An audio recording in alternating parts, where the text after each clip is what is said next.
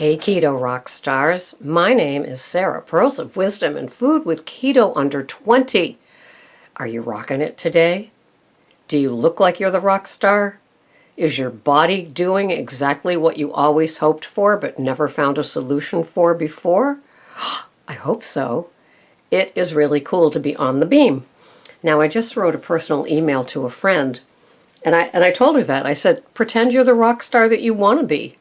You know, with the pounds that you wanted to lose, the leaning out that you wanted, wearing the pair of jeans that have always escaped fitting, you know, the hydraulic system that you need to rent to get you into that pair of jeans. No wonder they're riveted and sewn so tightly so all of us along the way can fit into them and claim that they fit. Oh, not that I ever did that or anything. So, being a rock star here with keto is oh so personal. Put dashes in that. That's one little phrase. Oh so personal. What works for somebody might not work for you. What works for you might not work for somebody else. And you know what? It's totally okay. It's totally okay. If your metabolism is feeling great and telling you so, and things are happening for you that you never ever imagined, well, doesn't that make you a winner? I love it.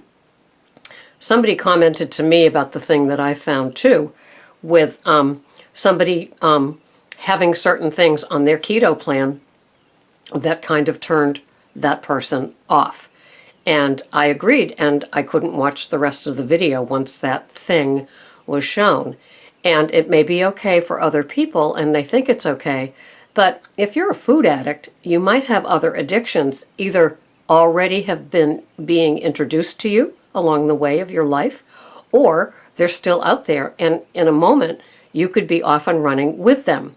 Here are some of the examples: alcohol, drugs, shopping, gambling, other people that you're supposed to not be with because you're in a committed relationship, those sort of things. We have a lot of what I call demons inside of us that could escape if not treated fairly. Now, my food is the glue of my soul. And when my food is holding steady and I have the discipline and the structure that works just for me, maybe you don't need it, maybe not for you, then I'm sane, right?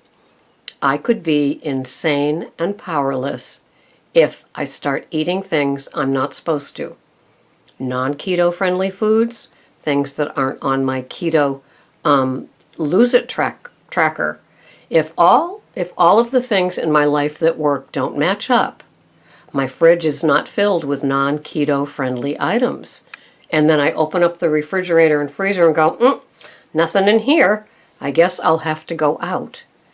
Well, no, if I'm buying leafy greens, grass-fed animal protein, cultured grass-fed butter, heavy whipping cream with no carrageenan in it, that is raised with pasture-fed cows organically, then already I'm ahead of my game. There's other items that I use along the way. Some are not food items, but they certainly please me and keep me choosing keto-friendly items in my keto lifestyle of eating. And so I'm just remaining consistent, and when other people do as they do, I watch, I'm amused, but I stick to what I know works for me. I'm 66 and a half, don't forget that. And so when I do my food, sometimes there's new things added. Sometimes there's other things that are eliminated. Why? Because they no longer suit me. So for me, keto has been a journey of adding something, subtracting something, bringing on more of something, taking away that one item, tweaking things, having less of something. You know, like for example, dairy. I'm conscious of it now.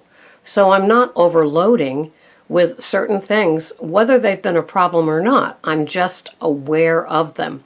And isn't being aware of what you eat and how it affects your body and your shape of your body and your head, isn't that one of the gifts of keto? Is that, you need to be really advanced in your thinking and commitment, because it's not like another program where you can be given a recipe, so to speak. We see lots of keto, what I eat in a day, how to make something, keto hauls. We see all those sort of things.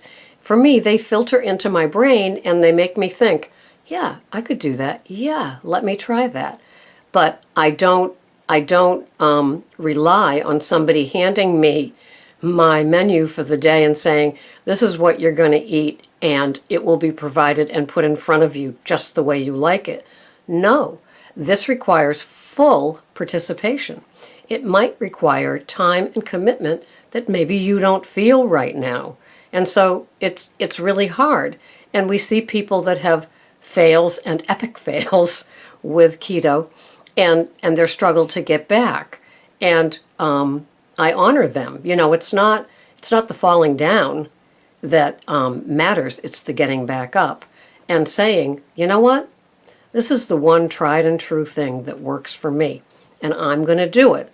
And so in my podcasts, sometimes it's about food, sometimes it's about my tracker, sometimes it's a smackdown, sometimes it's Sarah School, sometimes it's items that I like.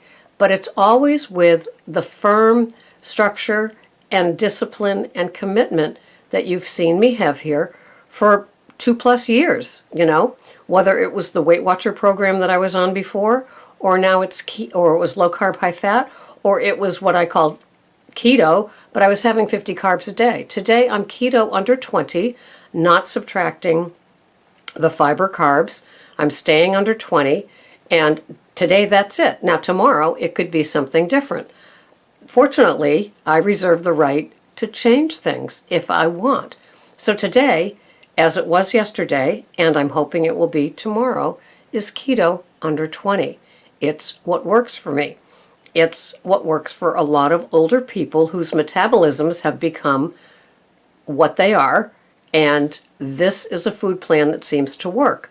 I've heard a few doctors mention it, but what you got away with at 40 or 20, remember those days, a whole pizza at midnight when you're drunk, just don't work anymore. And so, boo-hoo, we still can't, have those things. So as long as I'm no sugars, no grains, and for today, no fruit, I will be fine. I was watching Dr. Oz yesterday, and they were doing a thing on tomatoes and how come they have no taste. That's how I was finding even organic berries, $4.99 for like 6 ounces of them, and I can't even taste them. So that could be me getting older, where you start to lose your sense of taste and smell, or it could be that even organic farmers have depleted their soil and there's just no whatever to their foods. I know the foods that I do have, that I do love, that I include every day, I can still taste. And so I'm going to stick with them. My sweet tooth has gone away, so I'm not seeking out keto-friendly desserts. It's not something that I'm looking for. So I'm looking for a rich density that is packed with satiating fats. Now, the other day I was talking about substituting foods instead of having that extra tablespoon of butter, tablespoon of olive oil, things like that. And so somebody was asking me, what does that mean?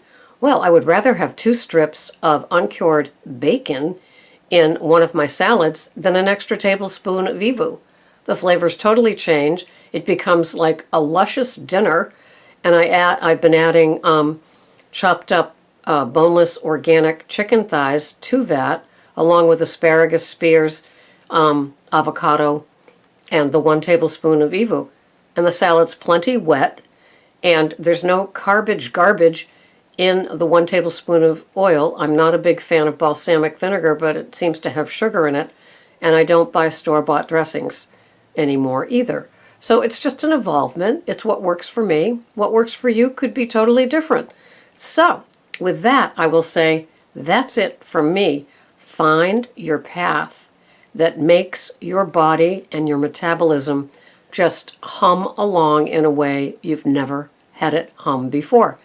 If you find that you're not liking it, you can go back to the misery of all the metabolic syndrome, creating things of grains and sugars if you want to. I'm not here to tell you not to. I'm just here telling you what works for me as an older woman with the old metabolism that I've thankfully up to now been able to kind of get a little rev up to it. It's not easy being older, and there's less of the joys of like carefree eating. Tomorrow I will be good. Today I'm going to just, have it all. I'm not like that anymore. And what happens is my head gets saner. And, there's nothing worse than insanity with food. Maybe you didn't have to get that deep, that low, that far down in the escalator going down to the parking garage. I did. And so with that, I'm grateful every day that I'm not going down there again. I try to stay at street level. And every now and then I get up to the top and I can overlook what I'm doing and say, yeah, this is the work, but this is also the gifts. Thanks so much for watching. This has been Sarah, Pearls of Wisdom and Food with Keto Under 20, just for today, just like yesterday, and it works. Thanks for watching. Bye-bye for now.